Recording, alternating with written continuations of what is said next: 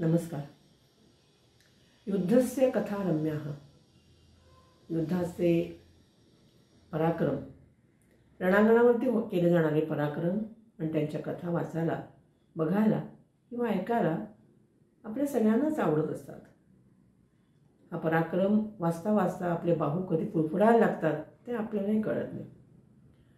पण ह्या रणांगणाच्या जरा पलीकडे गेल्यानंतर सर्वसामान्यांचं जे आयुष्य आपल्याला दिसतं ते मात्र विलक्षण अस्वस्थ करणारं असतं. युद्धात भरडून निघतात सामान्य माणसं. अशाच युद्धाच्या दाहक वास्तवामध्ये गेले अनेक वर्ष जे राहत आहेत, जे जखमी होत आहेत, जे निराश्रित होत आहेत, अशा लोकांच्या आयुष्याचं भेदक दर्शन घडवणारं पुस्तक म्हणजे डॉक्टर ऑन वॉरफ्रंट. याचं लेखन केलं आहे नाशिकमधील ज्येष्ठ अस्थिरोग तज्ज्ञ डॉक्टर भरत केळकर यांनी.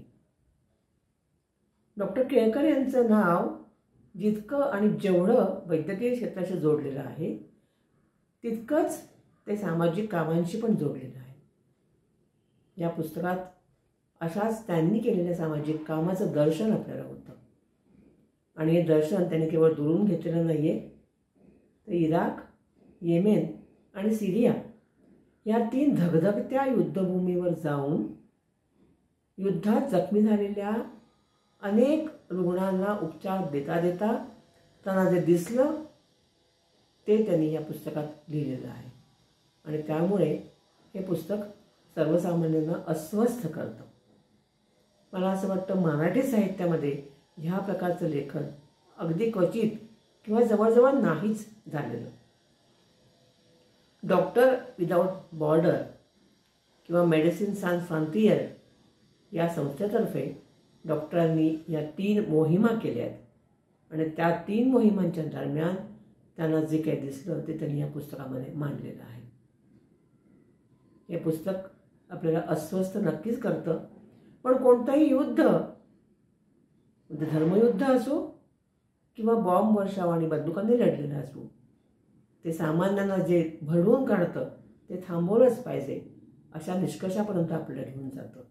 आणि म्हणूनच हे पुस्तक प्रत्येकाने आवर्जून वाचायला हवं असं मला सुचवावंसं वाटतं.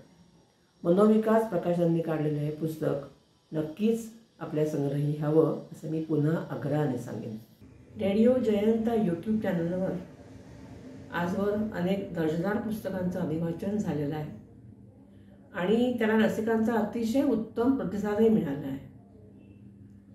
याचमुळे प्रेरित होऊन डॉक्टर भरत केळकर यांच्या पुस्तकाचं अभिवाचन लवकरच या चॅनलवर सुरू होणार आहे. तेही सर्व रसिकांना निश्चितच ऐकायला आवडेल. तेव्हा सगळ्या रसिकांनी ते जरूर ऐकावं असं माझं मनापासून आव्हान आहे. धन्यवाद.